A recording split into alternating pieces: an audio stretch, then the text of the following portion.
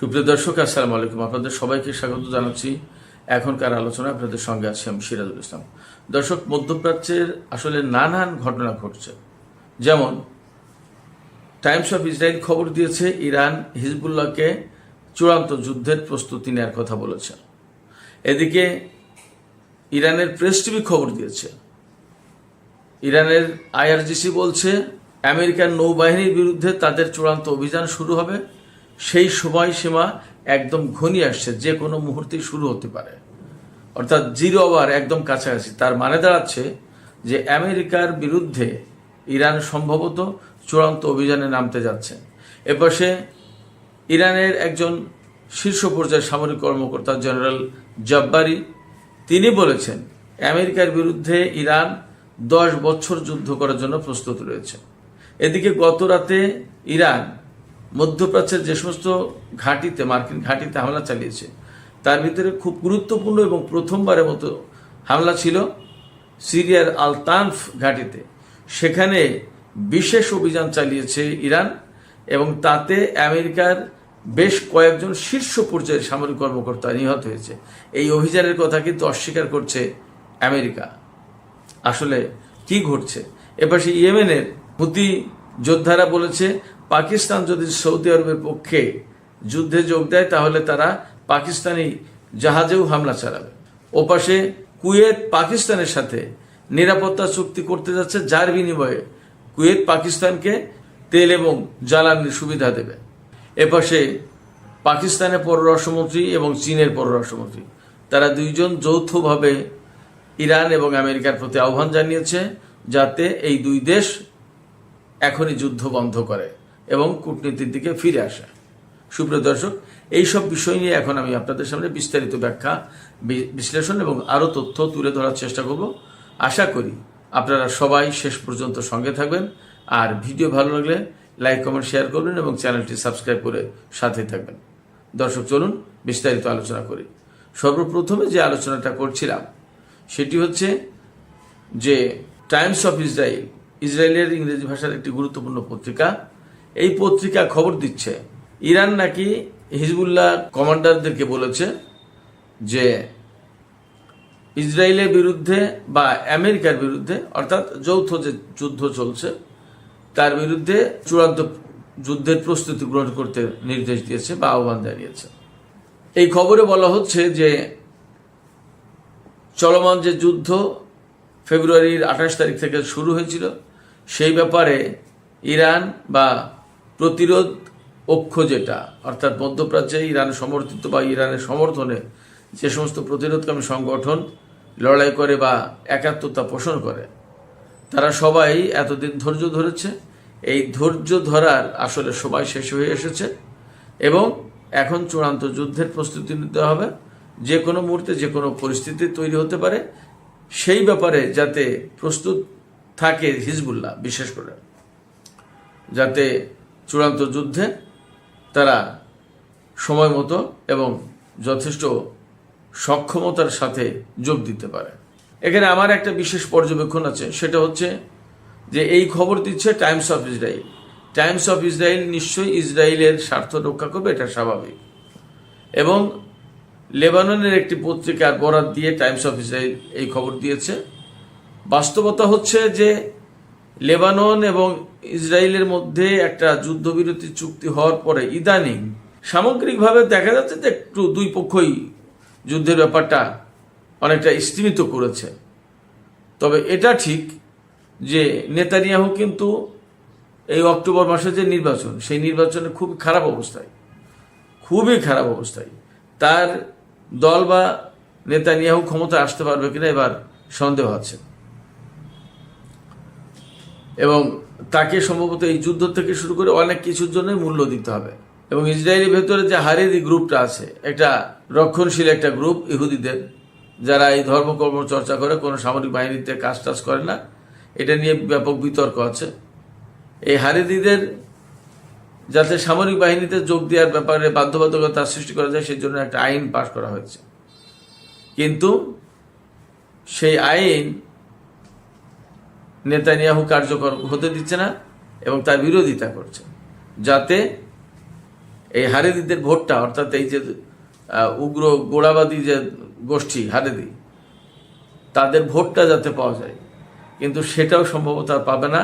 ভেতরে ভেতরে নেতানিয়াহুর বিরুদ্ধে অনেক শক্তিশালী একটা জোট বা একটা ক্যাম্পেইন তৈরি হয়েছে, যাতে নেতানিয়াহুর আর ক্ষমতা আসার সম্ভাবনা অনেক বেশি কমে গেছে। তো এই প্রেক্ষাপটে হিজবুল্লাহর সাথে যদি তারা যুদ্ধটা চালিয়ে যেতে পারে বা আবার শুরু করতে পারে, তাহলে এই যুদ্ধের দোহাই দিয়ে ইসরায়েলিদের কাছ থেকে ভোট নেওয়ার সুযোগ হয়তো পাবে।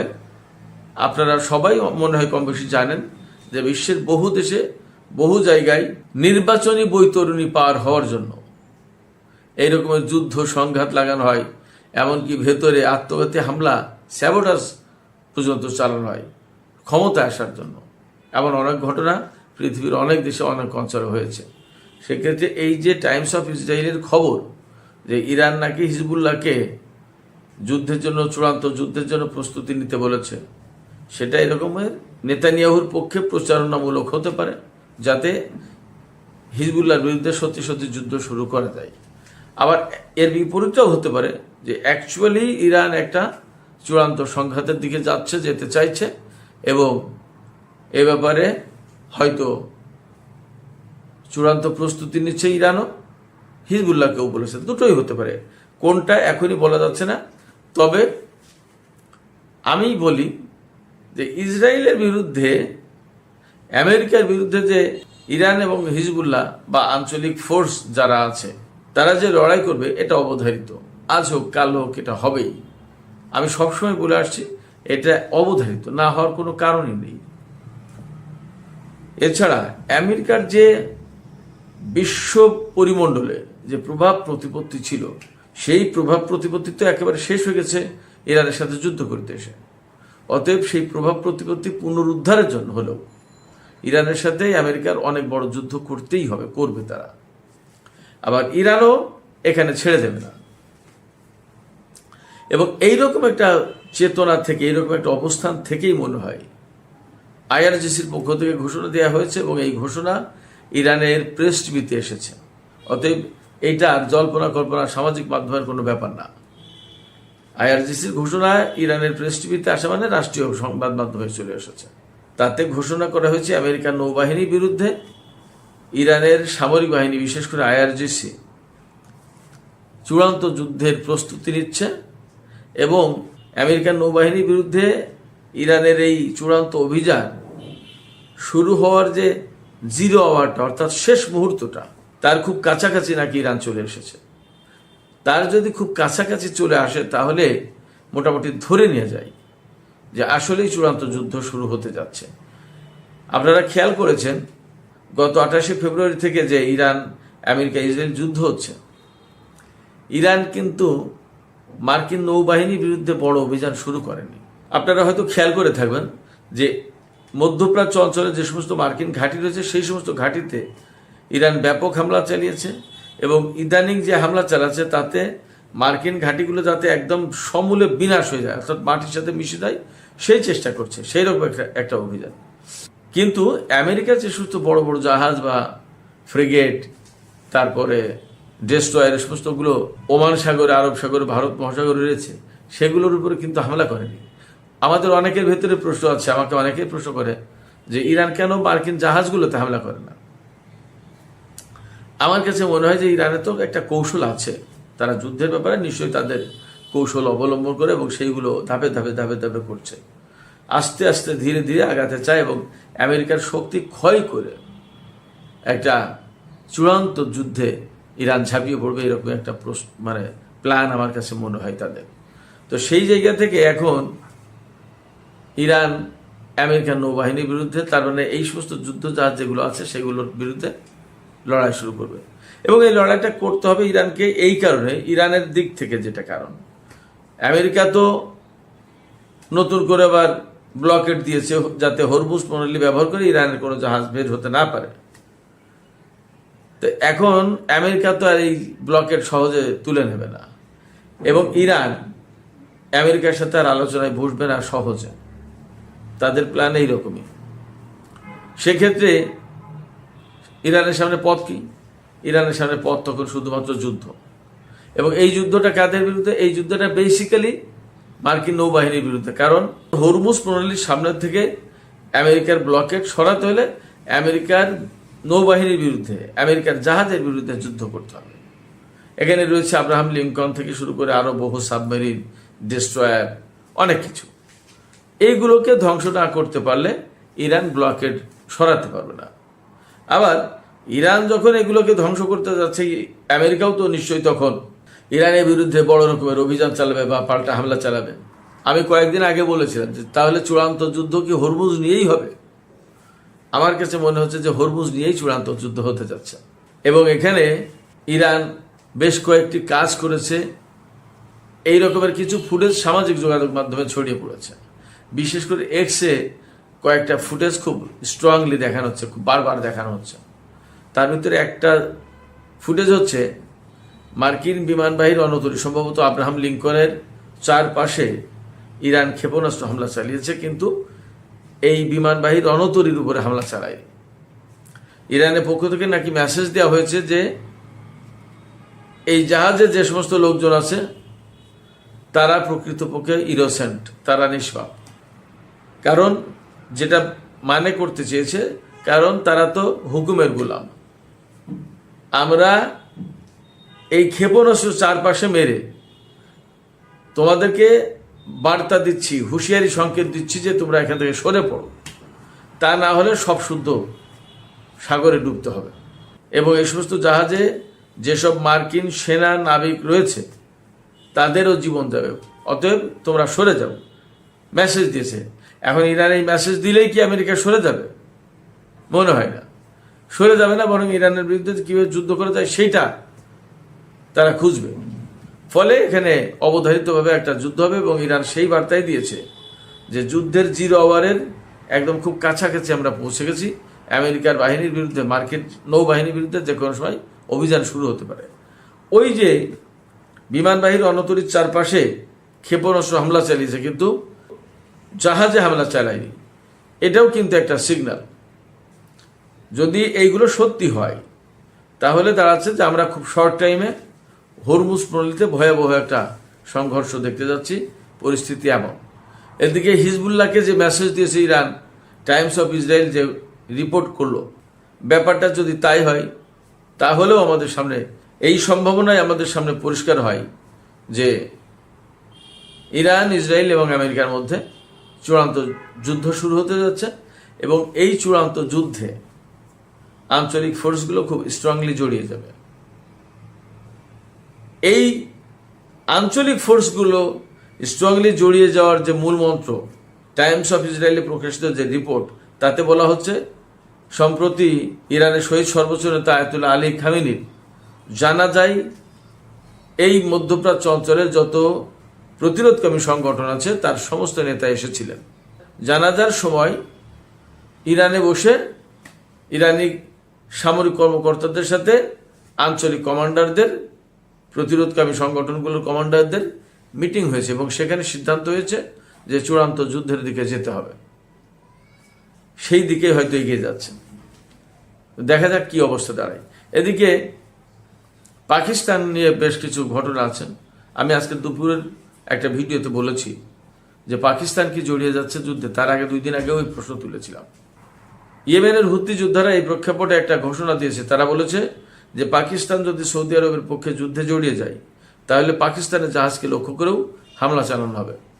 আবার এপাশে কুয়েত পাকিস্তানের সাথে নতুন করে নিরাপত্তা চুক্তি করতে যাচ্ছে, যার বিনিময়ে কুয়েত পাকিস্তানকে জ্বালানির নিরাপত্তা দেবে, মানে ব্যাপকভাবে জ্বালানি, তেল এবং গ্যাস যা যা আছে সেগুলো দেবে। পাকিস্তান ব্যাপকভাবে বেনিফিটেড হবে।